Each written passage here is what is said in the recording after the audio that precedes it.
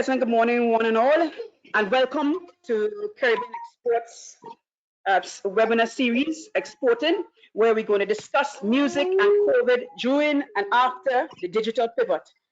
I'm Alison Francis, a services specialist at Caribbean Export, and I want to welcome our moderator, Tiana Mora, our presenters, Carlos and Keron.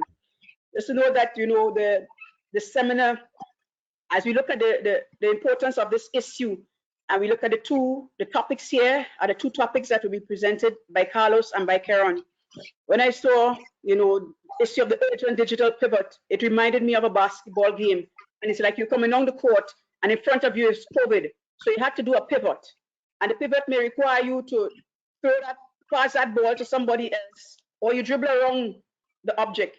And in this case, as we discussed with both Carlos in his very good topics here, and what we are going to, I think it will be a very interesting discussion. So without further ado, I will hand you over now to Tiana. Thank you very much. Thank you, Alison, and good morning to everybody. Thank you for joining us. We have two experts on the subject, two people that breathe and live music. So first, we're going to hear from Carlos Delgado-Imbert. This webinar is brought to you by Caribbean Export and by the UKTP project, which is financed by DFID and coordinated by the International Trade Center.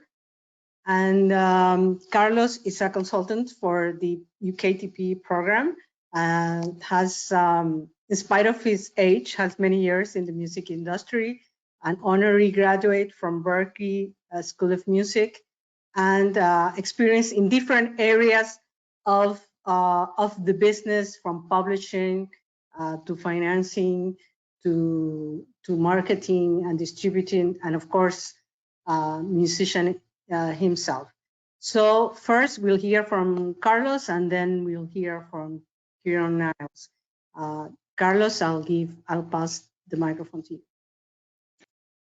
Thank you, Tiana. Well, hello everyone, and thank you for this opportunity. Standing by for the sharing screen also, Tiana, to share the presentation. So, yeah, as everyone has mentioned, we are going to share a couple of interesting pieces of information, action plans, and tools to give you ideas and things to do specifically in order to deal with the new reality. I think, and a lot of people have said it, people who know more about health than me, it's not going to be life after COVID, it's going to be life with COVID in the near future. So that's what we should be preparing for in terms of our concern, which is the music industry. Okay, so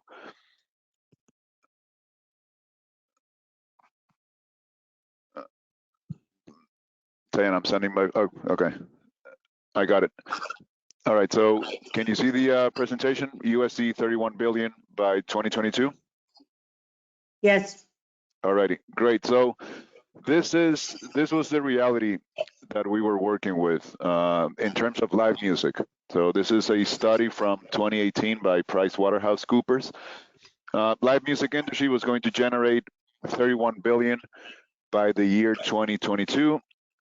This was before March 2020. So there's definitely going to be a reality check on this. This is not going to happen next year. It will happen eventually, yes, but it's not what we're going to see. So in terms of the live music, the live music sector is definitely going to be the most affected. And this is, reality check number one in this situation. We've seen plenty of headlines from US, Canada, the Caribbean, all over the world. Live music activity is basically at zero, okay? And again, this is what we have to deal with in the short term.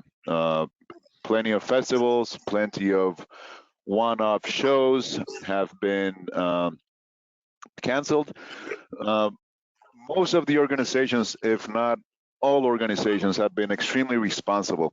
So, festivals are refunding money, venues are honoring tickets for future dates, bands who sold tickets directly to fans are refunding. So in that regard, your first responsibilities towards your fans. So if you have any pending transactions, think of the long term and how to keep those fans engaged while things get settled in the short term. So one of the first exercises that I wanted to do with you is, take a look at yourself.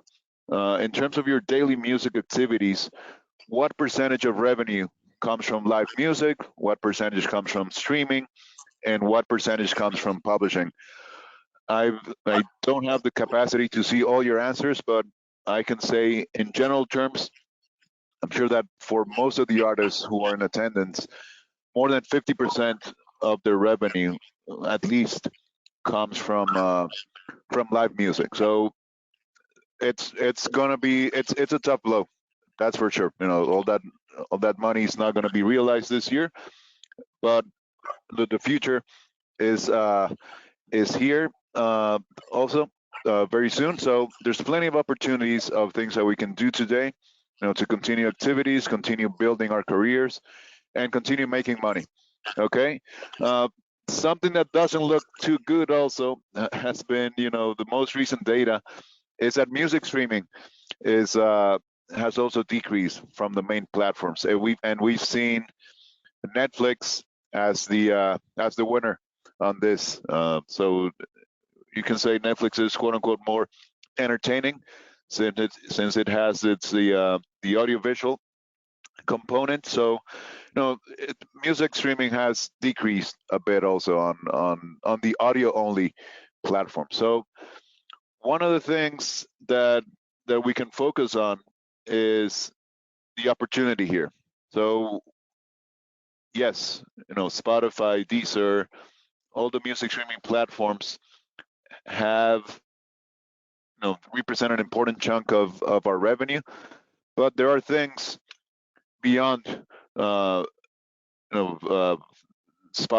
Deezer, Apple Music. Question number 2 for the artists: how many of you are on Twitch? How many of you know this platform?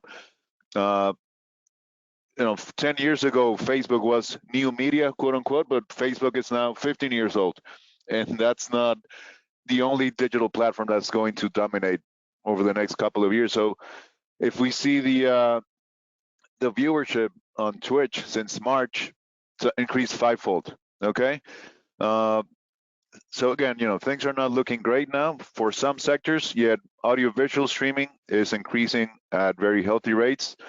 Facebook, YouTube, and Netflix are showing large increases. So further down the line, and this was on one of the articles that I shared with you, that one of the Caribbean experts shared with you over the weekend, Facebook is up, Netflix is up, YouTube is up in terms of websites, and in terms of apps, YouTube has decreased a bit, with Facebook and Netflix having a modest increase. So not everything is lost, in terms of music, and fans still want to hear music. Fans still want to see their favorite bands live, but there are definitely some constraints in the short term. So beyond Facebook, Spotify, Netflix, YouTube, there are things. I'm showing you 3 logos of what I call the quote unquote new Facebook and new Instagram companies. If you can name those 3, that's great. If not, there's some homework to do. The first one is Twitch. The second one is TikTok, which is definitely gaining up a lot of steam over the past year, 6 months, depending on the country. And the last one is what I call, again, quote unquote, the new TikTok, which is an app called Triller, which if you don't know about it, I encourage you to take a look at it and explore if it makes sense for you to join. Okay, so we are living in the year 2020 where Spotify and Apple Music are not the future anymore. These companies are the future of music industry. And what does the future mean? That means potential higher growth rates in terms of users, in terms of listenership. That doesn't mean that Spotify and Apple Music are not fundamental to have in place, but things keep moving forward. And usually, in terms of the music industry, technology is what dictates what's going to happen. Okay, so it's always advisable to be in touch with these developments. And as I mentioned, Facebook was new 15 years ago. Spotify was new 10 years ago. TikTok was new 2 years ago, 1 year ago. So things are going to keep evolving, and you're going to see how different artists make the most out of each of these platforms. So in terms of what's happening right now, yes, live music is gone, in one word, but the platforms are active. New platforms are emerging. Artists are using platforms in different ways. So there is always going to be opportunities. And one thing to keep in mind, especially in the music industry, there are less obstacles to connect with fans than there were 5 years ago, even less 10, 15, 20 years ago. So plenty of things that are in the hands of artists to, first of all, to experiment, understand if it works, and then continue building. So, grim prediction for next year and this year in terms of live music. But if we look into the future, this was a news piece that came out about 2 weeks ago. Global music industry is going to double in value to 142 billion over the next 10 years. So that's opportunity.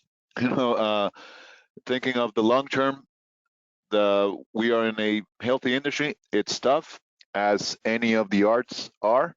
Yet, going back to what I mentioned a couple of minutes ago, every day the barriers to connect with your fans and potential fans are decreasing. So this is an interesting time. We can think of what happens in the Caribbean when we get hit by hurricane. Specifically with the trees. The trees might get blown off, but the roots are there and they grow back in a year, in 2 years. And the trees grow differently. They might not be as straight as they were before the hurricane. They might lean to one side, lean to the other side, but they are growing. They keep growing because the roots were there. So as artists, think of the things that you can do today to keep those roots alive. Yes, the tree may have been blown off by the COVID hurricane, but you still have your roots. So I'm going to ask you a couple of questions, and these are exercises that we can do right now. So who are you as an artist? It's great. Tayana was mentioning, hey, Carlos graduated from Berkeley and this and that. But who are you is these days dictated by what you can find on Google about yourself. So artists, please, you are in your computer or in your phone, take 5 seconds, Google your name, see what comes up. And I made a couple of exercises with global mainstream artists that we all know. So I Googled Adele. First results, Wikipedia, Instagram, website, Facebook, YouTube, Twitter, and Spotify. And I'll go line by line, and we'll share with you something that I think is fundamental. So Wikipedia page, free. Instagram, free. Official website may cost you, $50 US to maintain a page on a yearly basis. Facebook, free. YouTube, free. Twitter, free. Spotify distribution, there are companies that do distribution for free. And I'm going to mention a couple in case you don't know. Amuse is a European company with operations in the US. They have free distribution. So they'll put your music on Spotify and Apple Music at no cost. Another company, which I'm sure you know, CD Baby, they do single distribution for $9.99 per track. So where am I going with this? Adele, global artists, all the millions in the world behind them from their label, all the revenue in the world in terms of streaming live music. And there's nothing too complicated about these results. Wikipedia, free. Instagram, free. Facebook, YouTube, Twitter, free. And then modest sums to maintain a website and distribution. Okay, so who are you? Who is Adele? Well, this is Adele. This is what I can find when I look for her online. First page. Drake, same, almost the same results. Wikipedia, Instagram, YouTube, Facebook. This case, all the first 4 results are resources that we all have in our hands. Carlos Delgado can go on YouTube and create his website in less than 10 minutes and start streaming. Okay. Who is Taylor Swift? This is Taylor Swift. No, her website, Instagram, Wikipedia, YouTube, and Facebook. Okay, so first exercise that I want you to do in terms of self-assessment, Google your name. See what comes up. If these pages don't come up on, if these results don't come up on the first page of results, then that's the opportunity. You know, you have, again, these things are in your hands. Instagram, YouTube, Facebook, official website. These are things that you can do today to get your name out there as an artist, okay? So what are you doing today? You know, the coronavirus has, again, stopped music, stopped live music almost to zero, to be practical.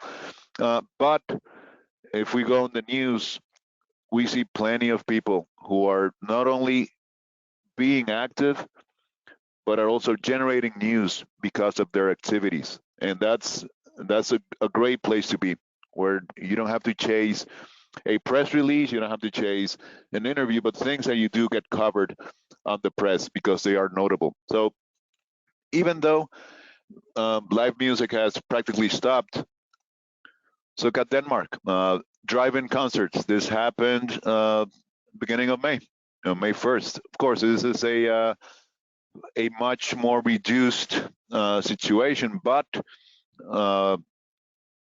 there's people on stage, performing. The car acts as the perfect, self-isolation booth. And of course, yeah, if you were going to sell 1,000 tickets, now you're probably going to sell 200. But this is good. People are keeping their activities and understanding things that they can control and being creative. Putting together concepts that are out there and performing for fans. One thing to be clear, we can have COVID-19, 20, 30, 50, 100. People are not going to stop wanting to listen to music. People are not going to stop wanting to go and see their favorite acts. Okay, so Denmark kind of figure it out, in terms of how to run shows. There's a video of a rave in Germany that I can share later if we have some time, but basically the same idea. Someone on stage performing, everyone in their cars, honking their horns, using their glow sticks. So live music is somewhat alive. Of course, not at the level that it was before COVID, but live music exists with COVID. This is in the US, drive-in concert tour, MARC REBILLET. $80 a ticket with admission for 2 people per car. So they figured it out. They're charging for cars in terms of individual admissions, and the beat goes on. MARC figured it out, and he's doing a tour. Let's see how it goes. Okay. So in terms of live music, there are things that are happening today. People are figuring it out, and it's an experiment. We'll see what comes out of it. If the concern is people isolating, then go in your car, don't mingle with other people, and the music is still going to be there. Okay, so think about the things you can do in terms of your live performances. Okay, there is a platform called Bandcamp. If you didn't know about it, then this is a direct mention to them. I don't know anyone at the company, but I'm sure they're doing a lot of research and seeing what ways they can keep bands in their site and keep them in touch with their fans. So something that Bandcamp did, this is from their website, they've waived their revenue share in order to help artists and labels impacted by the pandemic. So on the days that Bandcamp waived their fees, so taking a step back, Bandcamp allows bands to sell stuff directly to fans. So whether it's merchandise, music, you name it, you can sell it through Bandcamp. They take a percentage of what's sold, and that's the way they make money. So they've waived their fees a couple of times already, and the revenues have increased. So it means that there's more money that artists have been able to make with the already created platform that they had on Bandcamp. So they've done this waiving 2 times. There's 2 more wave dates on June 5th and July the 3rd. And as I say, they're the first Friday of each month. So opportunity, if you have things to present to your fans, Bandcamp in general is a great place. And now even better that they are waiving their closing fee. And something to keep in touch, to keep in mind, the fans will be there for you too. So if you look at the second line, on their first waiver date, March 20th, fans spent $4.3 million on music and merch, 15 times the amount of a normal Friday. So people showed up and people responded. So that's hope, and that's something that's happening right now. Okay, so that's something else that I see as an important opportunity that for any artist, regardless of where they're based. Live streaming, this is probably something that may not be as news generating as a drive-in concert, for example, but people have taken it to the next level. And since artists and fans are emphasizing live streaming more these days, we're seeing newsworthy situations here. I think taking it locally, Jamaican artists are doing live streams, and these live streams were covered by CNN. This is a headline from CNN, so that was newsworthy, and the engagement is there. As I mentioned, fans want to hear music, fans want to see music, and artists have the responsibility to get their music to those fans, and the people will show up, the people will be there, and the people will support you. Other things that are happening, fundraisers. The Lady Gaga One World, 127 million raised. Coronavirus fundraiser in New Jersey. Coronavirus fundraiser in India. Again, taking it local, Jamaica. Two newsworthy situations. Jamaica Telethon for healthcare workers with some musicians involved. Wyclef put together an event, a benefit concert on May 17th. So, artists at the highest levels, which, Wyclef is a global figure, artists at the global level are responding. Wyclef, Lady Gaga. Question for you: what is happening in your countries in terms of what artists are doing? What can you do to take the helm of a potential effort to raise funds, not necessarily for you, but for others? This is thinking about, something that could be bigger than the actual situation, and it generates news. So these are things that are happening across the world with mainstream artists involving independent artists and local artists to make things happen. Okay, so live streaming, live music, plenty of things that we can do. So let's make an emphasis on this, and this is something that I went over on the beginning.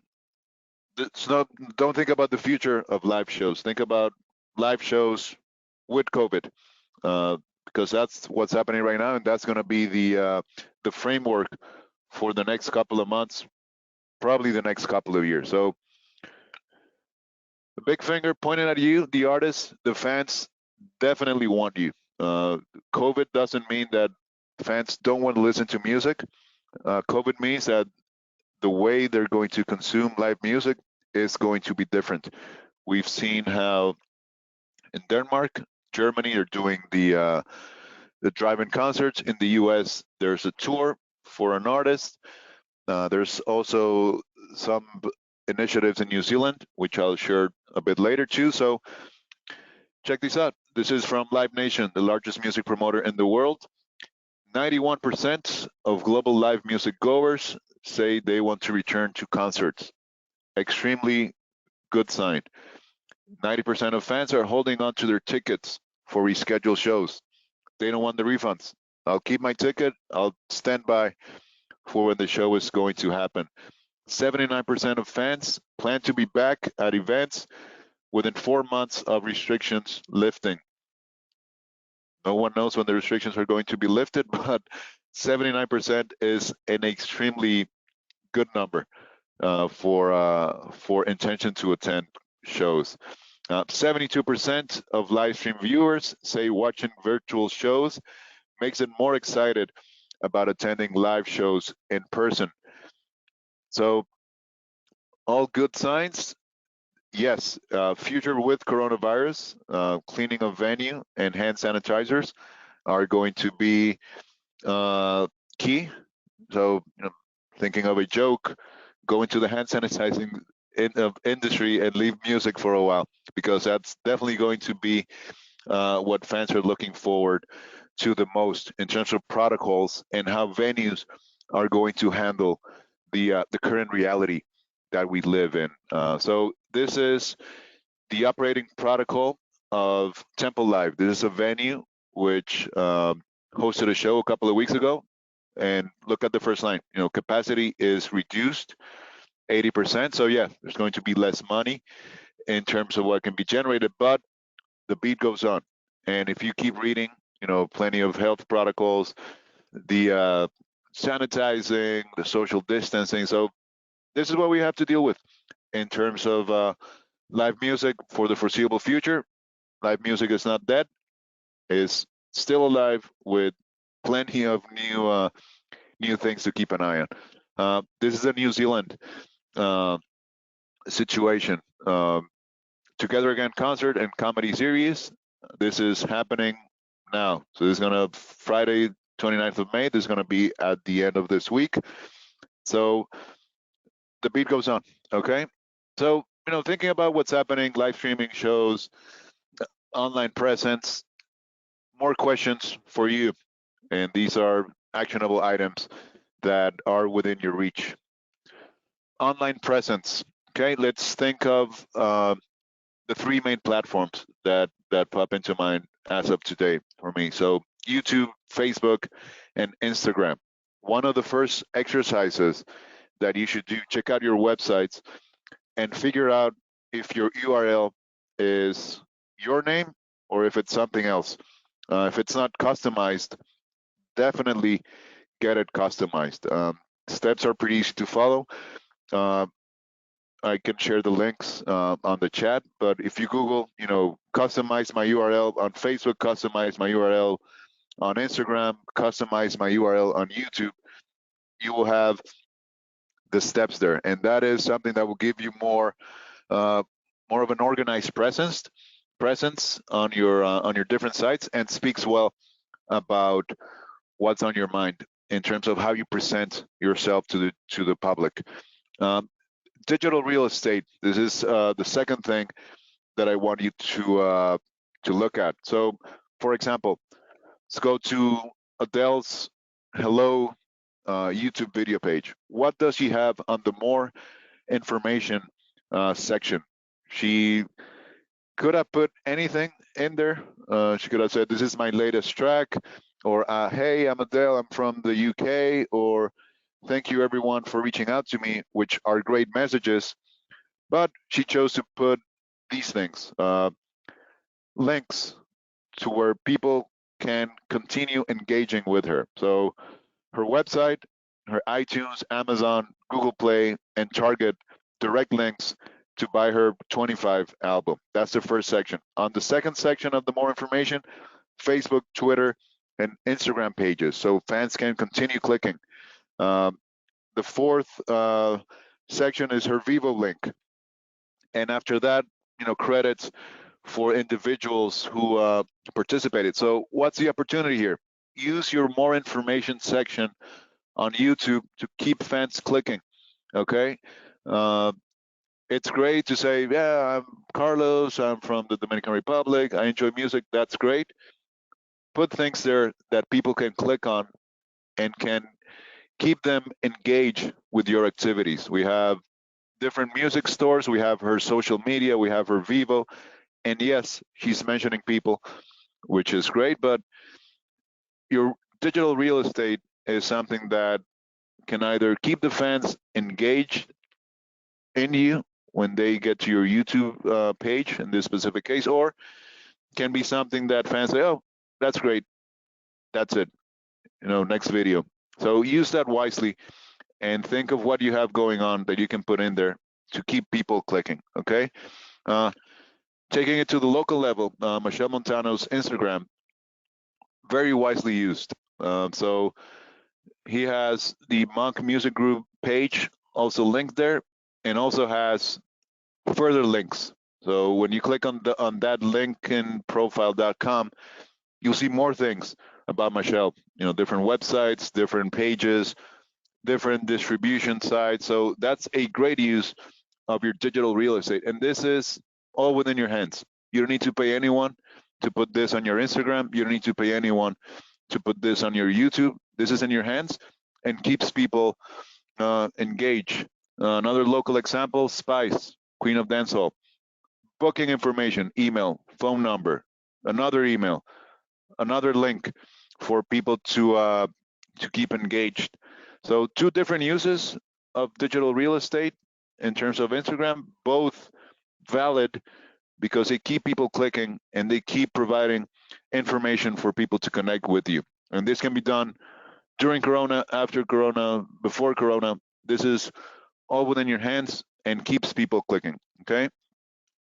Another local example at the global level, Rihanna.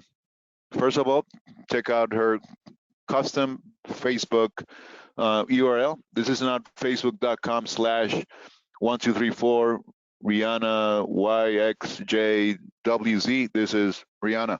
That's her artist name. That's her name on Facebook. On her contact info, she has her website, her Instagram, and her Twitter. Boom. Great pieces of information to keep people clicking. Okay. So in terms of your digital real estate, think about what you have going on. Think about the platforms that you are active in, and think of ways where you can link everything you have going on your different sites, whether it's Instagram, YouTube, Facebook. There are plenty of tools that you have in your hands to keep that information all together. So in terms of marketing, one of the things that I encounter a lot when speaking with musicians is a limited view of what marketing is. Marketing is not something that you do once a year when you release an album. Marketing is something that you have to plan for in advance, ideally, 3 months in advance, 6 months in advance, a year in advance, if you feel inclined to keep the wheels in motion. Marketing is what's going to take you beyond the friends and family audience. When artists send me tracks and they tell me, hey, Carlos, what do you think about this track? It's like, it's great, but you shouldn't care what I think about it. My opinion is worthless about what your track is. You need to put that music out there, need to market it and get it to the general public. And that's the opinion that you want.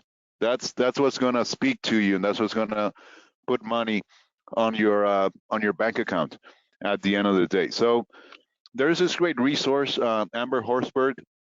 Definitely check it out. You can Google her right now or go to that specific website. She has something that's called a content sound check. We can go over it a bit later also during the Q&A section. You can see how it works. She basically laid everything out in terms of your online presence, what you have going on, how to understand which platform is your biggest one, and how to understand which activities generate the most interaction with fans, whether it's Facebook likes or YouTube videos or Instagram posts.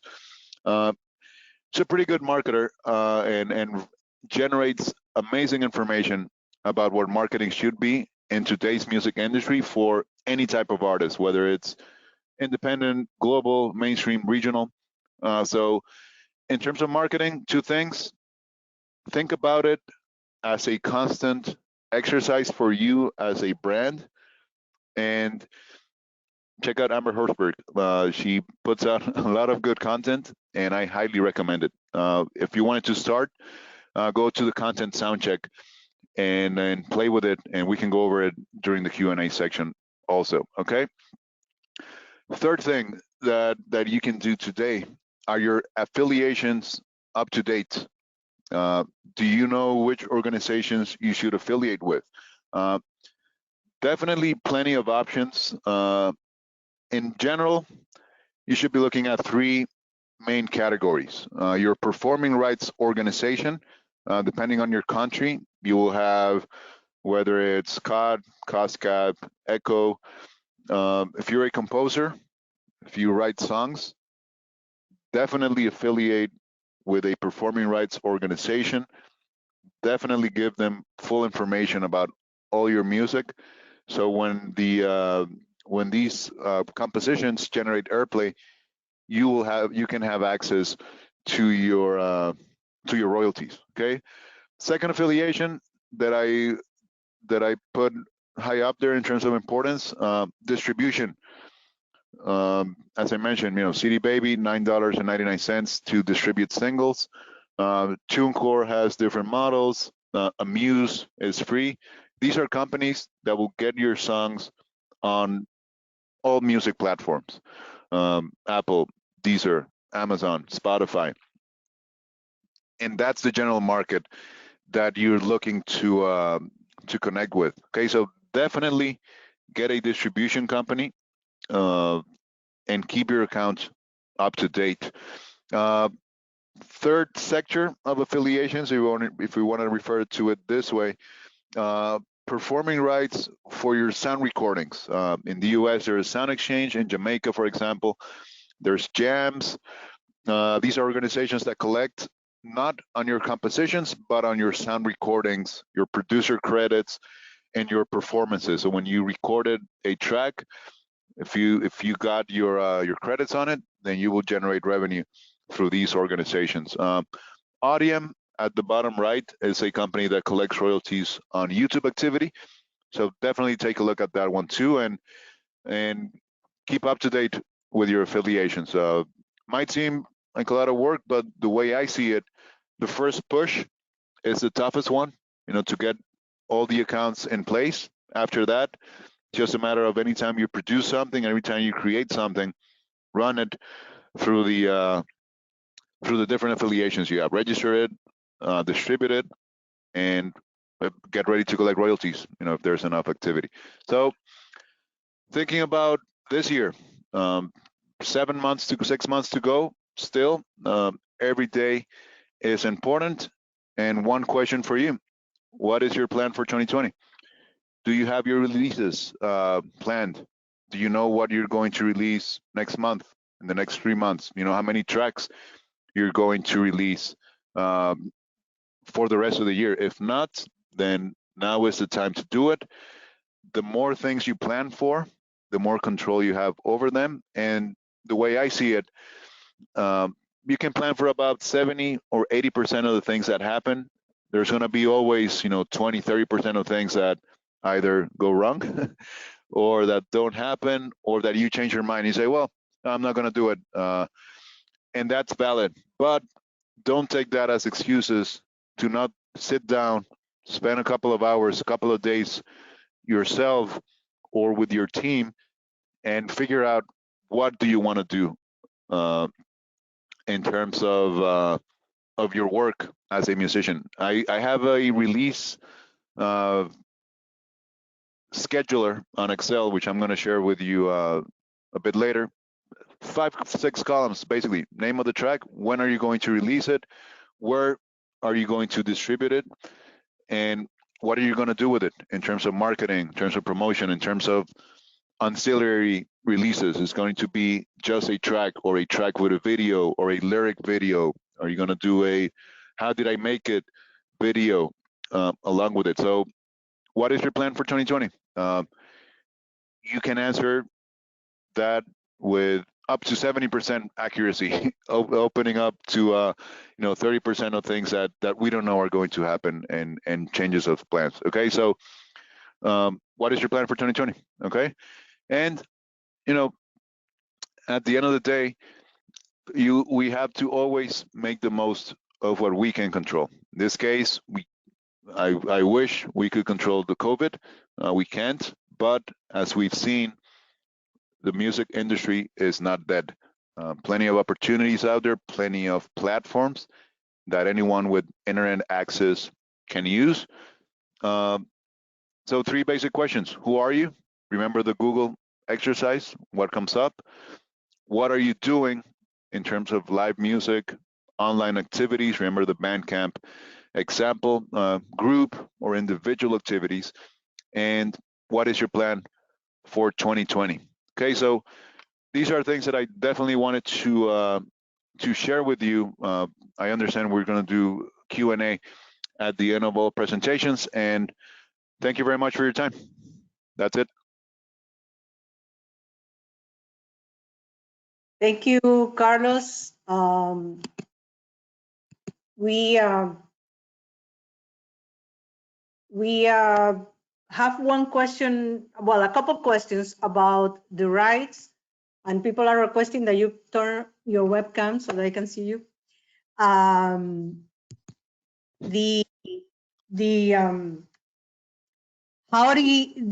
the rights on live stream. There's one question. Somebody has put its own music on YouTube and streaming on YouTube, and had some infringement questions, and also about their own rights. Their own songs. And the other is a company from Belize that has a live streaming platform that they just launched, and see how they go about the IP rights on that type of platforms. It's a platform for DJs. All right, good. Got 2 questions, all very important. In terms of the first one, the artist putting music on YouTube, I'm happy to do this one-on-one via email. We can do a phone call to get into specifics, but in general terms, there's always a question that you need to ask when uploading music to YouTube. Is the recording mine? And that's easy, yes or no. And is the composition mine? Again, easy, yes or no. YouTube and Google, and I'll say all websites, all the internet, has the ability to understand what's being uploaded at any time. Whether they make it general knowledge, that's their own thing, but you can be sure that anything you do online is being registered somewhere. In terms of YouTube, they have their content ID. And for example, the classic music industry example is Bob Dylan, for example. Until recently, I don't know if he changed it, Bob Dylan didn't allow any uploads of his audio to YouTube. So if you try to upload any of his tracks, whether it's a background to your presentation, or if you were speaking and there was a Bob Dylan song in the background, the recording, YouTube automatically blocked it because the owner of that recording said, YouTube, I don't want anyone uploading my audio on YouTube. And that's valid, it's his, okay? So that's something that anyone deals with. In terms of composition, same exercise. If I'm a composer, if I'm a publisher, I can tell YouTube, hey, YouTube, when you identify someone uploading my work, you can either block it, allow it to upload and keep track of it, or monetize it, put ads on it, and send me the money, okay? So in your case, if you're not being allowed to upload the track, it appears to me that's either of those cases, whether it's a composition that the artists don't want a third party to upload, or a sound recording that, again, the owner doesn't want to upload. And again, I'm happy to go over it specifically, but those are the the two aspects of it. What are you uploading, and what has the owner of those rights told you to do? Okay. So in terms of the online platform to feature other people's music, again, two key aspects. In terms of technology, the tech world, that's what's been setting the agenda for any creative industry over the past 20 years. It all started with the DMCA, Digital Millennium Copyright Act, that was passed in the year 2000, and it basically gave the online platforms free reign. Like, well, yes, you know what's being uploaded, but you're not responsible. You can be a free harbor for anything that's uploaded. That has evolved in terms of rights and what artists can claim on the different sites, and one of the evolutions is the YouTube content ID situation, where YouTube, of course, knows what's being uploaded, and now it communicates with artists, saying, well, what do you want me to do? Okay, so the key thing here is to understand what artists are uploading. Is it original content? Are these other tracks from other artists that they may not be in contact with? So, with a good disclaimer, you could basically do anything that you wanted. And this is going into legal advice, which I wouldn't be the best person to provide it to you. But think about what SoundCloud is doing, for example, which is the largest audio-only distribution platform in terms of monthly users. They have all types of music in there. Take a look at their terms of service, and you need to understand, if you're not the owner of a musical work, whether it's a sound recording or a musical composition, then someone has a legitimate claim over it and over what happens to it. So it will be key to understand what type of music the DJs are going to upload and how that fits into the whole, Digital Millennium Copyright Act, the YouTube Content ID, parallels that you can do on your own, and figure out, if you're generating revenue or if you're going to share revenue, how to connect any revenue that you generate with the rights holders of those tracks that are being uploaded. Okay, so in terms of platforms and how to manage it, I will say, if the YouTube had the question that we got asked a minute ago had a 1 difficulty level being the easiest, yours is probably a 7 or an 8 in terms of infrastructure and content and the amount of people uploading. So it's a matter of understanding what's being uploaded and understanding how to communicate with the rights holders for both the composition and the recordings. Okay. All right. So thank you, Carlos. Please stay there for questions, more questions at the end. But now we have Keron Niles. Dr. Keron Niles is also an expert on the music in the Caribbean, and also a musician himself. So you can bring also your perspective and your experience from the regional side. Keron, can you turn your webcam, and the stage is for you at the moment.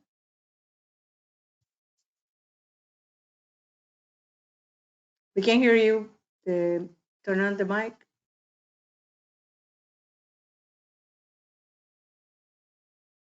You need to turn on the mic, Keron.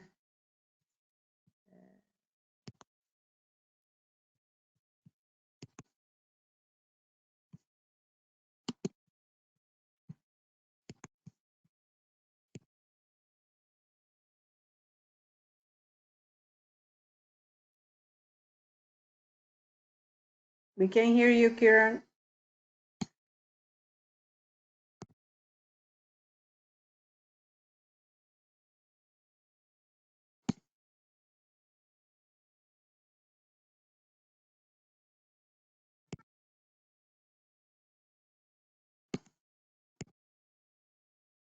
Oh, thank you. All I right, think now, can you guys hear me now? yes, Yeah, now, I yes. can. I can actually unmute myself. So I was about to make a slide saying I can't unmute myself. So Okay, thanks go ahead. everybody.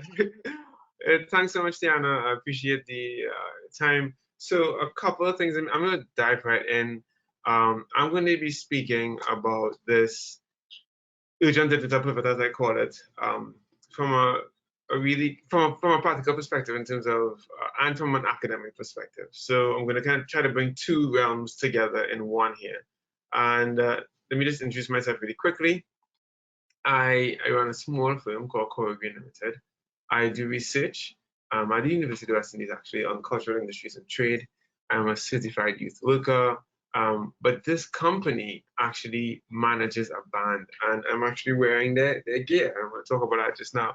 But before I do, of course, let me really and truly just kind of show the angle that I'm coming from in terms of being based in the Caribbean and trying to do a lot of what we've heard already for the day, actually, and actually accomplishing some of it. So, and what it actually takes to do that. So, if you want to reach out to me afterwards, I'm just going to say this out front. Feel free, don't be shy. You can hit me up on Instagram or send me an email. All right, I'll try to put this slide back up at the end of the presentation. So, first of all, in order to kind of really appreciate where we are today, I have to kind of talk about some of the unique characteristics of what actually happens in the Caribbean. And this is specifically as it relates to music, right? So if I were to explain it, and for those of you who've actually met me before and have asked me a similar question, you'd have heard me say, well, in the Caribbean, well, in the global industry, you have an upstream, a midstream, and a downstream for the music sector. So, and the upstream is, we can call that like the raw talent, right? And then midstream is like the production, which is where we take the raw talent and we make it market ready. I think the most clear way that I've heard this explained, well, actually, the most clear metaphor that I've used that people suddenly understand, is a better way to say that, is if you think of the raw material that somebody scoops out of the ground, whether it's a diamond or oil and gas, you can't take the raw thing that they take out of the ground and put it in your car, right? For oil and gas. You can't take the raw thing that they drill out of the ground and put it in your car. It has to go to a refinery first. In the music industry, it has to go to a studio first, but in addition to the studio, is another component in terms of intellectual property and in terms of artist management. So what you produce and what the market requires should be harmonious, but it isn't always. The job of actually marketing the music that Carlos alluded to, the job of kind of ensuring that you create content with the end user in mind, that's all the job of persons who are into music marketing and music management. And that happens in the midstream. The thing about the midstream in the Caribbean, I would say, is that that segment of our value chain is really small, right? We have loads of talent. We have no shortage of talent in this region. You throw a stone, you're going to hit somebody who can dance, sing, do something. So the talent, the upstream production is not a problem. Our ability to put out work is not a problem. The midstream in terms of getting it ready for market, and also that, which is why I made it orange. And I even go as far as saying we have more booking agents than we do managers, and people who would actually think deeply about music marketing, right? And so the other thing that I would say as well is we're now getting more robust in terms of our approach to downstream, which is when your product meets the market. So for oil and gas, to go back to my previous illustration, your downstream is the gas station. When you actually go to fill up your tank and you actually pay money for the product, that's your downstream. So when that's now becoming more developed, and I'm going to talk about that a little bit later. So let me move on. The three things that we're selling in this industry to kind of simplify it, right? And sometimes particularly for investors, I have to kind of demystify the industry. We sell three things for the most part. We sell recorded content, which is the actual record that you listen to on Spotify, Amazon, Apple Music. That's one of the things that we sell. And the reason why it's important to separate some of these things is because the revenue streams are different for each of them. So for the recorded content, if it ends up on radio, it's royalties. And again, if it's Amazon Music, if it's many of these platforms, you can earn royalties from it. That's for your live content, you usually get gig fees, but you can also now earn royalties from your live, and you should be earning royalties from your live content as well. And then the final thing that we sell is our brand, right? And we really have to, and the t-shirt that you just saw me wearing, of course, is one way in which brands leverage their brand in order to make money, but we also do it through things like endorsements, right? So I think the first thing that we have to like make sure that we're clear on is, what are we actually selling and what are people paying for? Because every product that we put out there is unique. And so you have to kind of make sure that you understand the nature of your product and the revenue streams available for each product. That's really, really important. Make sure you I say that again, make sure you understand the nature of each product and the revenue streams available for that product. But in order to do that, you have to be very, very clear about what you're selling. You know, we spoke about, Carlos spoke about, live streaming. The image that you're seeing on the screen is our live stream. Like, so the band that my company manages is called Freetown Collective. And every Thursday at 6 p.m. we have a live stream, a concert on Facebook every Thursday, right? And so what are we trying to do is trying to ensure that we continue to engage with our audience. But you can also find ways of monetizing that, which is what I'm going to come to a bit later. But I think I'm not, thankfully, I don't have to spend as much time on this part because Carlos kind of really dove into much of this. But I really feel that for many artists, it's about building and leveraging your digital identity, because some persons have a very limited one, some persons don't have one at all in terms of a robust digital identity. And some of the key questions that you need to ask yourself before jumping online and before even constructing your Wikipedia page, pushing out your Instagram, pushing out your Facebook is, how do you really want to communicate your identity to the world? What do you want people to think about when they see your brand? How do you want people to feel? When they see your logo, when they hear your music, how do you want people to feel? I feel like that is a very important question that we tend to kind of look over in terms of just trying to get something out there. And while getting something out there is important, you want it to be consistent, and that's one of the things that you see when you do look at artists who are online. What you see is a digital presence that is consistent, right? So when you project your brand online, it is really important that it should be done. Your message should be consistent, and you should try to answer these questions first, as I said in the last slide, right? You make sure that your message, like you understand your own identity that you're trying to project to the world, and that you project it consistently across a number of different platforms, right? I'm not here to tell you which platform to place emphasis on, which one to choose. What I would say is this: you need to be clear about your strategy. You need to be clear about what are the kind of targets that you're trying to reach, and you also need to be clear about your goals, right? And I think that those kind of overarching themes are really important to kind of complement what Carlos said before about going online and checking out TikTok, checking out Twitter. I think it's really, really important that you're clear on what your strategy is, because while you have infinite potential and infinite imagination and infinite talent, you have a limited amount of time. You have a limited amount of resources. So how you spread your resources across different platforms is entirely up to you. And so you need to be wise, and you need to do it according to a strategy. I cannot stress that enough. And please, please, please, please, I'm going to say this until it becomes like a mantra. Please be consistent. Please have a brand strategy, right?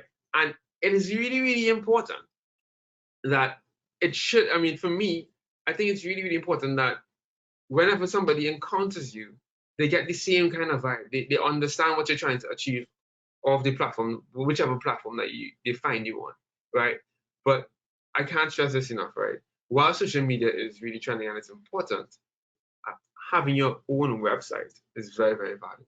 It is your own space. I don't have enough time to kind of dig into why having your own website is so critical, but it is very critical to, I think, and I would always, I think I can argue this point ad nauseum, but it is really important to have your own space, your own website, right?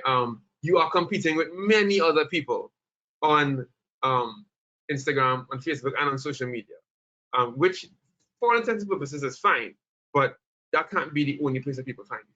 You can't always want to be there competing with everybody else, right? There should be a home space for you. And I think that's really, really important. And every time you make a post, every time you do a press release, it should communicate your brand identity to the world. And I think that's really, really important. I just wanted to say this because I feel like in the Caribbean particularly, it's important because the Caribbean is a very small space. And I feel like it's something that we tend to just, like glaze over. Whether or not you're having a live stream, whether or not you are you're airing a pre-recorded concert, whatever your strategy is, you're probably going to want to tell the world about it. And telling the world about it, depending on your strategy again, and depending on the demographic that you're going to target, sometimes you're going to need to go to traditional media, right? And when doing so, I mean, in my opinion, a traditional media network is still vital and still quite useful. And so while they may not always do what you want them to do and print what you want them to print, please be kind to the press. And I think that is something that we tend to overlook, and I don't think that we should, right? I'm going to keep moving because there's some really important points I'm going to come to. On this point here, though, in terms of engaging the private sector, in terms of, because a lot of people are asking, so they can't perform, we're not having any of these massive concerts anymore, how can I still make money? And remember, earlier in the presentation I mentioned that there were three main ways in which we earn money. One was your live content, one was your recorded content, and the last one was your brand. And your brand really relates to not just merchandise, but also relates to those endorsements and working with the private sector. I know that there are a number of groups now who've really turned to working with the private sector in order to generate revenue. If that is what you're doing, please understand that they don't owe you anything, but it's really an exchange of value. And you also need to understand, again, you need to understand your carve-outs before entering into a negotiating room. And by carve-outs, I mean, what are those things that you will not entertain? Like, what are the brands that you do not want to associate with, or the products that you don't want to associate with? For example, my two lead singers in Freetown Collective, one is a Muslim, one is a Muslim, and one is a Rastafarian. Therefore, our brand usually does not align, or doesn't actually ever align with alcohol beverages. Right? And so I know that before I enter into negotiation with someone. And more than once, that's actually proved to be very, very, very, very important. So I think it's also a good time to engage your local private sector. But you need to kind of understand what you're bringing to the table first and understand the exchange of value. And please know your carve-outs before entering the room. I need to pause and say Eid Mubarak to all the Muslim persons on the call. And it's a public holiday in Trinidad because Eid was yesterday, and so we got the holiday today. So just in case there is anyone here on the call, Eid Mubarak to you. So the other thing I would say is this, right? We kind of got into digital distribution before, right? And Carlos did a really good job, so I'm not going to repeat much of what he said in terms of the options that are available to you. What I would say is this. One, you should be accessing some form of digital music distribution. But what I would say, though, is that there are different options if you're based in the Caribbean, right? And there are reasons why I would put it across like this. There are unique attributes to doing music business in the Caribbean, right? And so there's some regional solutions, right? And there's some international solutions. Of course, he talked about CD Baby. There's also District Care, there's Empire, there's Tune Code, there's Web Nation. But regionally, Fox News is also doing distribution. Silver Group is also doing distribution, right? And Shagan Media as well is doing distribution. For the sake of transparency, Shagan also does our distribution. Chromatics Music also does distribution. And one of the reasons why regional players got into the market is because of some of the structural problems that we face in the Caribbean, which I'm going to talk about, right? Because I feel like it's really necessary to get a bit practical in terms of if you're going to go off and do some of the things that we're going to suggest, you should know about some of the practical barriers that you will face, most likely, right? So a couple of things, right, in that regard. I think it's also really, really important right now to seek out publishing opportunities. Most people tend to treat music publishing as an afterthought, and I find that in the Caribbean, either people don't understand what it means, or they think it's really scary. It's heavily legal, but I think you can start with three things. One is that you can contact music publishers directly. There are not heaps in the Caribbean, and I would say that much. But some music distribution companies like TuneCore do offer publishing services as well. You can also contact music supervisors directly. Some people literally sit down and watch movies, look in the credits, or actually start to Google music supervisors. They get their email addresses. If you can actually, there's a long way of doing it and there's a short way of doing it. You can find a way of contacting music supervisors and emailing them with your music in hand to say, listen, I have this music. And by the way, for music supervisors, for those of you that are not familiar with the term, a music supervisor is someone who they facilitate synchronization deals. And synchronization is when your music is synchronized to a film or a trailer or a documentary. The music supervisor decides what music goes into movies. So if you are, and by the way, that's a lot of what music publishers do as well. So, but music publishers actually contact the music supervisors for you, right? But what the music supervisors would do is that they make the decisions, and you can negotiate for what your fee, or what they'll tell you how much you can pay, and you can negotiate. But it's just, and this, by the way, in addition to the fee, royalties from TV are they're higher than radio, so it's a really good revenue stream. The other thing, if this sounds very daunting for you, I would say the least that you should, what you really should consider doing is joining a music library, and they will, that's their business. They help get music into films, right? So those are three options that you can pursue today, as in like looking up different music libraries, but make sure you read the terms and conditions very carefully. That is one thing that I would say, right? In addition, I think I want to kind of there are a few things I want to say, and this is really where I wanted to kind of get to. There are a few structural challenges that I don't want to dance around, right? In terms of live content, because yes, you can still live stream your events, and as I said before, we do that. What you should know is that some of the social media platforms have started pulling down those events because of music publishing rights infringements. And I know because I spoke to someone from Dominica a few days ago that had their concert pulled down or taken down or stopped while they were playing their own music.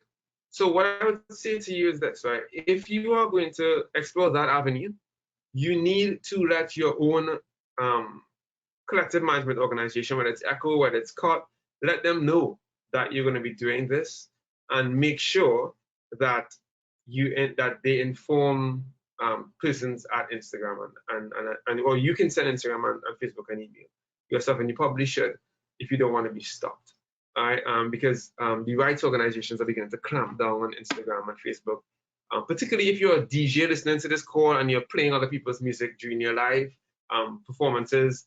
Some people have already been stopped, and more will be stopped in the future. So you might want to communicate with your PRO and with the social media platforms about that. Again, if you're a DJ, you might want to also consider definitely not playing full tracks. Play shorter bits of tracks, right? There's one other thing there, but I should say it now. At least COT, and I'm pretty sure that it will be the same for many other CMOs in the region. COT does not handle social media. They don't touch Facebook or Instagram, right? So I definitely, when you talk about TikTok and some of those other platforms, they will not collect on those. You will need to go join Sound Exchange, right? So, and Sound Exchange was touched on by Carlos in the last presentation. So it's really important for you to kind of note these really practical things on the other side. And the other thing about having these live stream concerts is this: when you have these live stream concerts, we don't necessarily have the best e-commerce enabling legislation or supporting environments in the Caribbean. So some persons find it difficult to take payments by credit cards. We have some movers and shakers in the region on that note. We have, I know WePay and Social PTT are trying to provide alternatives for artists to be able to get money. I know Western Union also has an app, I think it's Cash App, and a person's also using to get money. There's Patreon, there is Buy Me a Coffee. There are lots of these things, but the problem is that about 21% of the population of Trinidad and Tobago, at least, is unbanked, entirely unbanked. And an even larger percentage doesn't have credit cards, right? And that goes for the entire region in terms of not having credit cards.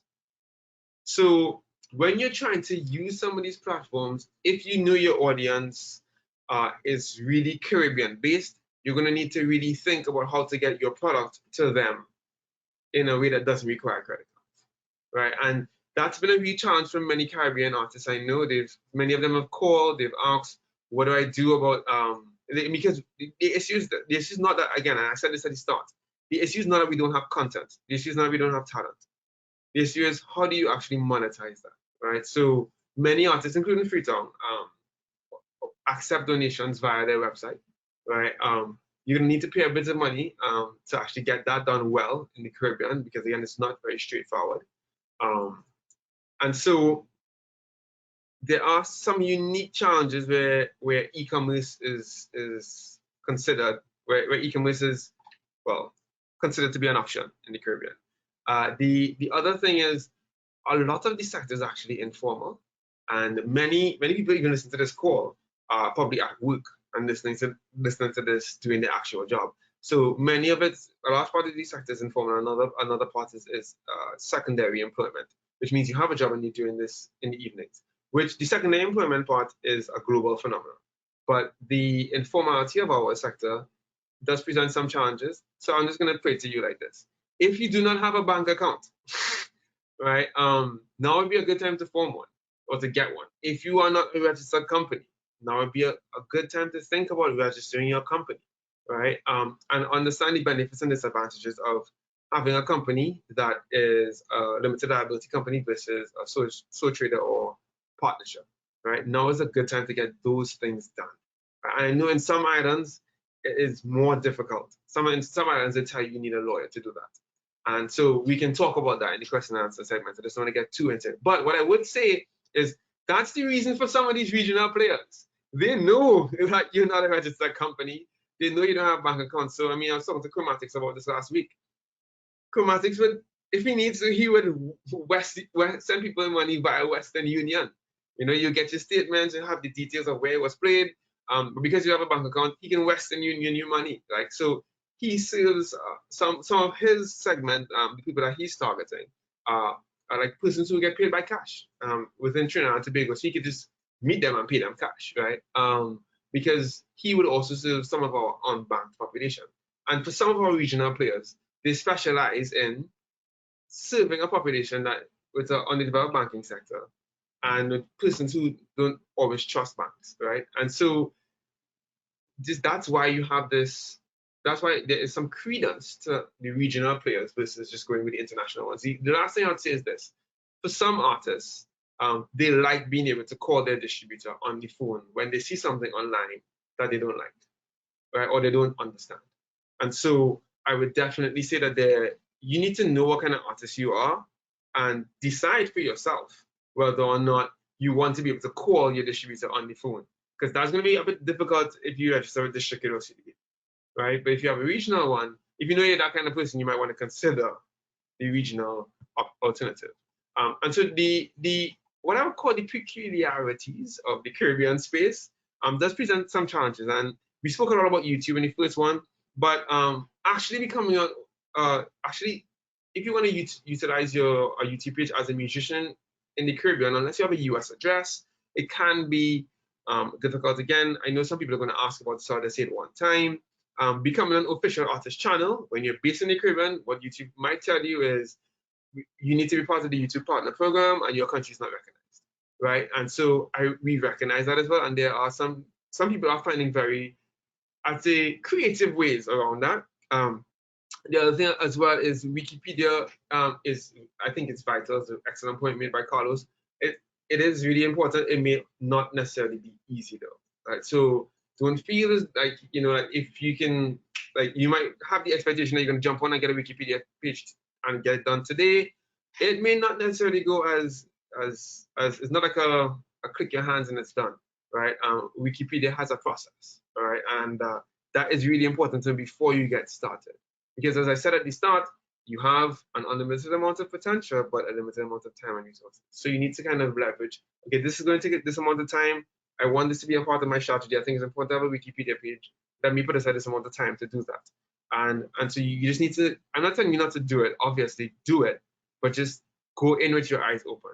The other thing I would say is when you're Googling yourself, and when you're Googling your artists, on the right-hand side at the bottom of it, you see something that say claim knowledge panel. That's really, really important, right? So you need to claim your own knowledge panel. Because of COVID, the waiting time to claim your knowledge panel has grown, and it's actually kind of frustrating that you have to kind of wait much longer, but they have to verify that you are who you say you are, right? And claiming your knowledge panel allows you to control that right-hand panel that you see when you Google someone, right? It allows you to control some of those results, like what do people actually see, the pictures and that kind of stuff, right? And that is, I'd say that's also very, very important. When people are trying to answer the question, who are you as an artist?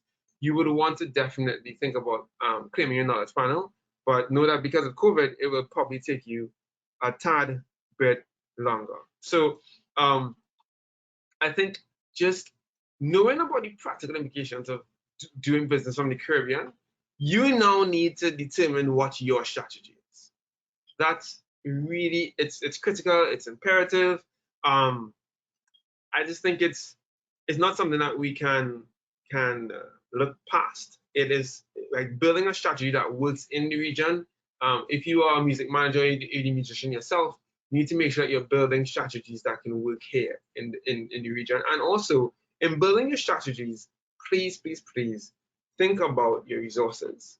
Because you have, again, unlimited talent, unlimited potential, but limited resources. So think about how you want to utilize your resources to achieve goals that should be clear to you, because you're in a new space now. So you want to build a digital identity, yes. You want to build a digital identity to accomplish what, right? And it does make sense to have revenue goals, but in terms of commercial goals as a company, as a business person, but it also makes sense to have creative goals in the season of COVID. I think that's important, and it also helps you to stand out in the season. Happy to take questions, and as I said before, this is how you can find me online. I hope it was clear, but I'm really happy to take any questions that anyone might have based on what I've said or based on something that I probably did say you might want to know about. Thank you so much for your time. The only thing I would say is that there is one opportunity to perform virtually. So some of the virtual spaces, when you're thinking about it, they're actually paid, right? And I can actually advertise one. I wasn't sure if I should, but I think I will, just so that some people would know if they were interested in being paid for an online gig. There are events like this one, right? And that's what I said about having a strategy that's based around what works in the Caribbean. When people think Caribbean, there are two things that music marketers tend to think, which is like soca and reggae. But Caribbean music is bigger than that, right? You need to know where you stand in the Caribbean music market and know what opportunities might be in existence. So this is a real opportunity. And if you are interested in having your artist perform, you could simply email entries@corogreen.com. I'm not going to leave this slide up on the screen for ages, but I just want you to be able to see the email on the screen, which is entries@corogreen.com. And you could, well, we're putting forward a number of acts, and the festival organizers have the final say. But those who are selected will be paid to perform in this virtual festival. These opportunities exist, but you do need to find them, right? I'll say it again, those opportunities exist, but you need to be strategic in how you go about looking for them in order to find them. That's a better way to put it. I thank you guys so much for your time. I appreciate it. Please let me know if you have any questions. Tiana, back over to you. Well, thank you for Keron for your presentation and for that Caribbean perspective. Certainly, there are many challenges, and there's things maybe that Caribbean Export, the Coalition of Services in the region, and the UKTP project can help with, is bringing all the different actors together. There are, for example, apps that are regionally grown, like Scampi, and there's another one out of Suriname, which we can see how to address these payment issues and adapt it to that. So yes, there has to be more dialogue and collaborations to the different stakeholders. There are some questions that we have here. There are a lot of questions about intellectual property rights and YouTube's and some concerns about that. So either Carlos and you can answer these questions. There is one question, maybe we can start with you, about live streaming. How do you try to get paid without looking like you are begging? Is that one for me? I'm actually not seeing the question, so you're gonna have to like tell me. So but I'm guessing that question is for me. How do you have live streams without looking like you're begging? There are a couple. You do have a couple of options. On the one side, part of it is just being tactful and being discreet, right? And part of it is a language thing. In terms of how you put together across the persons. We try to be as strategic as possible. We try to use the word donate less and the word support more. And we also we don't make it a major feature of the content itself. We say it once or twice only, that you know, if you like what you're seeing, if you like what you're hearing, the opportunity exists for you to support us, and how you can support us. So I feel like just being honest with people is really important in that regard. The other thing about live streaming and without looking like you're begging is this question of strategy that I was talking about earlier. So if you have your own website, like your own digital home, right? What you can do is you can have the live stream either based off your website, right? There are some services that allow you to do that. Or if you have it on social media, you can send people to a space where they would have the option of donating if they wanted to. Right, we're doing this on 2 occasions. We're doing it for Freetown Thursday concert, which is the one I told you guys about on Facebook on Thursdays, 6 p.m. for Trinidad and Tobago time. And there's also another one that we're doing with an artist called Private Ryan, because we have a song called Feel the Love right now in Trinidad and Tobago. And we have something called a Month of Love, which is when we're doing donations for other persons as well. As Carlos was saying, you can raise money for other causes, and we did that via a concert called Soca Brainwash, the online edition. And on the website, when you come to, again, this is why I really believe in websites, when you have we had the live stream, but we had the live stream and people were able to enter, but in entering, next to the enter button, you would see a donate button. And we'd have all the causes that people could donate to, you know, there. So I really feel it's like how you offer it actually does make a difference. And we've done it twice now, in terms of our own live streams and in terms of the Month of Love. So if you go to feeltheloveworldwide.com, feeltheloveworldwide.com, you see what I'm talking about. You see a donate button that goes towards charity. Yeah. There's another question here about what is the right quality standard formats to release music on MP3, MP4, WMA. What usually, maybe what you do when you release music, in what format?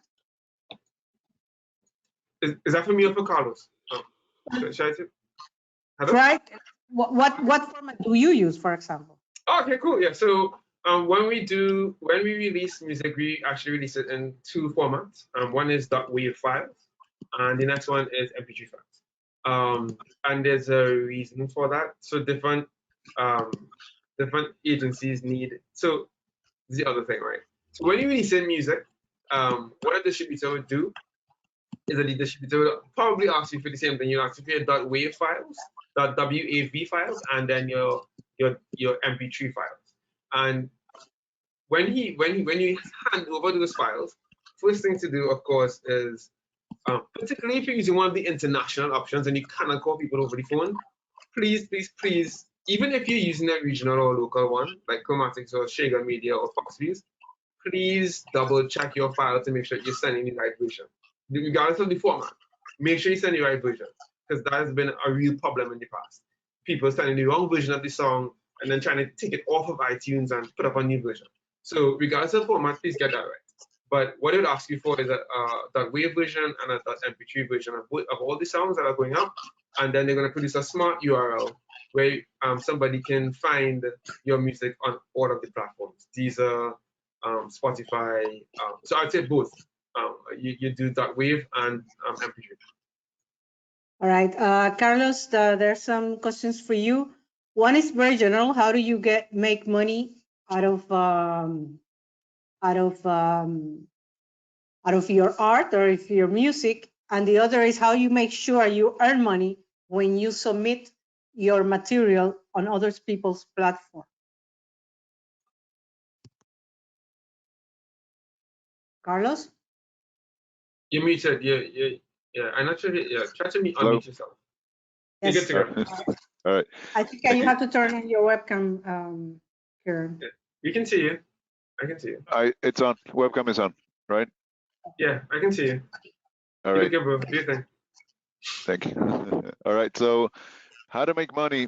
You know, in the digital world, it might seem complex, but any distribution company that you use will get you your royalties on any of the sites that they're distributing to. So it could be 10, 50, 100, 200 different companies where you're generating royalties from. If it's from downloads and streams and you have a distribution company, they'll get you the royalty. So the key is choose a company that fits you, whether it's something regional, local, international. 95% of the system works in terms of those royalties. There are some things that get lost in the shuffle every once in a while, but in general, you know, the system works. In terms of distribution, if you're using a reputable company, you'll have your royalties. So that's for the recordings. In terms of publishing, that's, I'll say, difficulty level 2. Not difficult, but one step above. 2 things you need to keep in mind. Performing rights organizations, again, register and give them the correct information for them to work. Either your local organization, international. Make sure that you're represented throughout the world. One strategy that people in the Caribbean use is, I'll join my local PRO and then use one of the US PROs to represent me for the rest of the world. So my country with my local and the rest of the world with a US-based PRO. That will get you the money for your mainly radio and TV airplay, as long as you send them the correct information. Okay, so it's a two-way street. Okay, so that's in terms of public performance.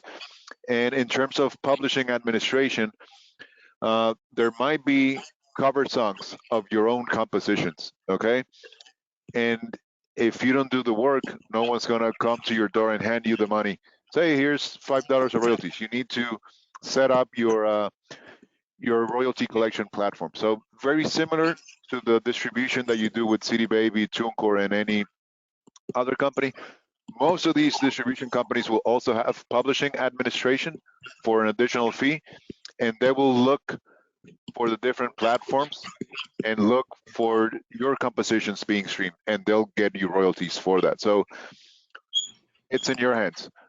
May have a small fee compared to the type of service you're getting, but in terms of sound recordings, with your distribution companies, you'll get paid royalties. In terms of compositions, definitely join a performing rights organization, either for global representation or one for your country and another one for the rest of the world, and get publishing administration from a distribution company. And that will get your hands on, again, 95% of the royalties. Always 5% gets lost in the shuffle. An additional service, which I mentioned, is Audiam, AUDIAM. they also collect publishing and composition royalties from YouTube, as well as master use royalties. So sound recordings and compositions can be collected through Audiam. So AUDIAM. That should cover, again, 95%. The other 5% is sometimes things fall through the cracks, but you should be covered with distribution, publishing administration, performing rights organization, and also Audiam. Right. Here is if there's a difference between the CMOs from the regions, the collection agencies from the region, or international. Yeah. So there's some huge differences here. So in terms of COT and several of the other ones in the region, COT definitely also does some publishing. So there's a box that you have to tick on COT's membership form if you want them to handle your publishing, which means they'll negotiate when someone wants to use the song. They'll take a fee. They'll handle some of those that publishing work for you if you want them to. Some artists do not tick that box at all if they want to handle their own publishing. The other thing that you should note about the CMOs in the region is that it's not, how do I put this? I want to make sure I say this diplomatically. What Carlos is talking about is what we call split membership, which many artists are beginning to pursue more and more often. I don't know how much regional CMOs actually like it though. So you have to actually ask a question. No one is going to tell you, listen, you should actually split your membership. No one is going to do that for you. So you have to ask, or you have to say, I'd like to split my membership. What do I need to do in order to split my membership? What might happen is that you might get about 10 different arguments of why you should not split your membership. And then you're going to have to make sure you understand why you want to split your membership, right? Because some of the points you see and what I'm making, to be fair to them, are valid. And some of them they're saying, it doesn't make any sense unless you are actually putting in a substantial amount of revenue from overseas. It doesn't make any sense to register with BMI or ASCAP or PRS in the UK and then have a COSCAP or ECHO represent you in the Caribbean, right? Many of them would argue that. But the reason why artists tend to want to split their money is if they think that they are earning a substantial amount overseas and they don't want to have to pay. What would happen if, like, say, for example, just practically speaking, you have a song that's doing really well in New York, right? So, example, Freetown Collective, our song is now #1 on the charts in Trinidad and Tobago. It's not doing badly in New York either. So for us, what I said was, and this practical experience is sharing here, again, what I said was, actually, we have a song that's doing pretty well in the US right now. If we don't split our membership, what would happen is BMI or ASCAP will collect that money on our behalf, then charge an admin fee or a handling fee, as they call it, to send that money down to COT in the Caribbean. And then COT will pay me, but COT will pay me after an admin fee as well. So I'll end up paying 2 admin fees. So what many artists in the Caribbean want to do is they want to split, so they only pay, so they say BMI, ASCAP, PRS, whoever, you collect for me in these territories of the world, and COT and COSCAP and those are entities you can collect for me in the ACCS. You will receive different responses based on which CMO you're going to, but make sure you listen to the arguments that they're making, because some of those arguments are very valid. So not everybody needs to split, and so just make sure you have a conversation, and please don't fight about this. I'm getting more and more instances of artists fighting about this point. Please don't fight about it. Just have a conversation, a dialogue with your CMO about it. Yeah. All right. We almost have to finish here, but there's a question about where would you go and see how if you release something online, how you see what the web traffic is, if there is a preferred site where you go and see that, or you have to see on each of the platforms. Either of you, Carlos and Keron. Carlos, go ahead, I'm sure you have. Yeah, so there are a couple of things that you can use.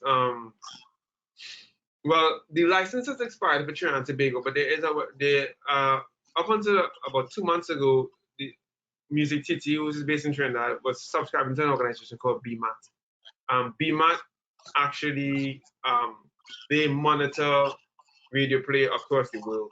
They monitor like music, period. And they're able to do that because every song has something called an ISRC code, right? And so there are a few websites though that you can go. If you Google this, like monitor music, you are going to find BMAT's website. That's BMAT, and you should be able to at least get some basic data on how your song is performing. That's number one. The number two is some of the platforms now have very good interfaces for managers and persons who are interested in monitoring how your music is doing. So, for example, Apple Music has introduced something called Apple Music for Artists and Apple Music for Apple Managers, artist managers, which is when you can go into the backend and you can actually see how much a song is playing in New York, in Germany, and so I monitor that every single week. I go on and I look at how our sounds are performing in different parts of the world, and so that information is vital to me because if I want to boost a post on Facebook, I know that I want to boost it to this market because our music is beginning to pick up there. So I monitor those things very regularly. You can also get the same services from Spotify, and depending on who your distributor is, what your distributor will do for you. At a minimum, what your distributor should be able to do for you is tell you how your sounds are performing on different platforms. So every quarter we get a statement that shows how many times we got played on YouTube and different forms of YouTube. Because you get different money for art topic and different things, but you show you how many times you got played on YouTube, how many times on Apple, how many times in Deezer, how many times on Tidal, and all the different platforms. When you look at that, then you can go to the different platforms and check out which demographics are actually listening to your music on those platforms. So that's actually how you can do it. But for those of you based in Trinidad and Tobago, you might actually want to send a short message to Music TT and just ask them when they're going to be able to renew that live license. Hopefully put some pressure on our government to actually be able to monitor music again, because that was a very, very useful tool. Until then, look at the distribution statements, see what platforms you're doing really well on, and then access those platforms to actually monitor how your music is doing in different parts of the world. That's one. Carlos, you might have another suggestion as well. We have to move to another question, Carlos. What are the realistic expectations for pivoting live events such as the jazz festivals, which the region has several of them? Extremely feasible. Sadly, 20% of revenue of what was expected, 20, 30%.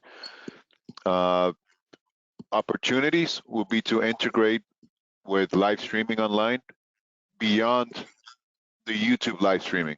A potential a classic pay-per-view type of situation where you can pay for the content to be delivered with a higher quality, with additional information. So yeah, the ticket sales, traditional ticket sales, are going to suffer. And from the examples that we've seen, for example, the show in the US that I mentioned, it was a 1,000 person venue. The show happened with 200 people, and that's what they were expecting. It was a quote unquote sold out, but for 20% of the capacity. Again, people still want music regardless of the current situation. It's everyone's responsibility to figure out, okay, how are we going to make up for that 80% of tickets that we didn't sell? Can we sell additional merchandise? Can we provide digital transmission for people who can't travel, for people who don't want to be with 1,000 people around them? And the two answers are yes and yes. It's the opportunities are there, the fans are there. That's not disappearing. It's just different circumstances. We've seen how the paid performances online can do, and they can do well, whether it's with advertisement that you're selling specifically for that event, or a paywall to allow people to access the content. Plus, what else can you think of? Access to the show for the next two months. You can access the show's archives for the next 2 months. So plenty of ideas on the table. It's just a matter of putting together something that people find value. And the most basic answer of this is a basic YouTube live streaming or a basic Instagram stream. That should be free. There's not too much value added on it, but what can you do to add value? to that show that you've created and that you've built for how many years. So yeah, opportunities are there. Traditional ticket sales are going to be lower, but you can live stream, you can stream with additional access, you can stream with extended access to whatever was recorded, you can create additional merchandise, you can pre-sell tickets for future events. So yeah, the opportunities are there. And the fans, remember that slide, the finger pointing at you, the fans definitely want you as an artist. So it's a matter of figuring out ways to connect. We are in an experimental phase. Everybody's trying to find the right formula. Thank you so much, Carlos and Keron. We gonna end it here. If you, I think we answered most of the questions. But we at Caribbean Export, at the UKTP project, we of course, and the coalition of services in each of your countries, we are at your disposal to answer all the questions. The UKTP project is a project financed by the United Kingdom to support artists, to promote music, among other sectors of the creative industries, music into the EU and the EU and the UK market. And we will be collaborating with Caribbean Export through and the coalition of services to help the sector and enter those markets. We will be selecting some companies to accompany them in the next 2 years, but we will also be contributing on the information in the connections of the markets, and in future events Caribbean Export is going to put forward. So thank you so much, Carlos, Keron, for your participations, all of you for your questions and for your engagement. And the recording of this will be in Caribbean Export website, so you can go back. Some of you missed some of the answers, so you can go back and look at the answers to your questions or and the presentations. Thank you so much, and please stay safe and stay engaged with your market. Thank you. Thank you. Thank you. We are Caribbean Export. Thank you very much. And to our collaborators, thank you. I think it was an excellent session today. I look forward to continue to work with the region. Thank you.